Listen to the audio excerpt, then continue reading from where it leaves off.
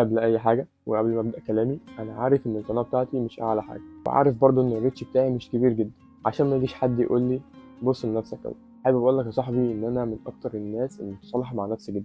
مبدئيا الفيديو ده انا مش عايز ابان ان انا صعبان فيه على حد. من سنين وانا حبي للمونتاج والتصوير كبير جدا. وقت ما كنت بصور فيديو كنت بشوف الفكره اللي محدش عملها واطلع اصورها، بس ما كنتش ملتزم دايما في حوار التصوير بحكم طبعا شغلي ودراستي. ده السبب اللي بوظ القناه بتاعتي، لان الوقت ما بين الفيديوهات اللي كنت بصورها كان كبير جدا، كانت ممكن المده توصل لسنه ولا حاجه، ومن سنين كتيره جدا وانا حلمي ان انا اكون يوتيوبر. لدرجه ان انا فاكر وانا صغير عملت الدرع بتاعي 100,000، وده كان نوع من التشجيع لنفسي. المره دي انا متوكل على الله ثم عليكم واخد الموضوع بشكل جدي، لدرجه ان انا بقيت شايف ان المحتوى كله بالنسبه لي كشغل.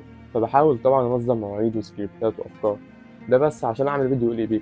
حرفيا الموضوع متعب كبدايه بس ممتع جدا.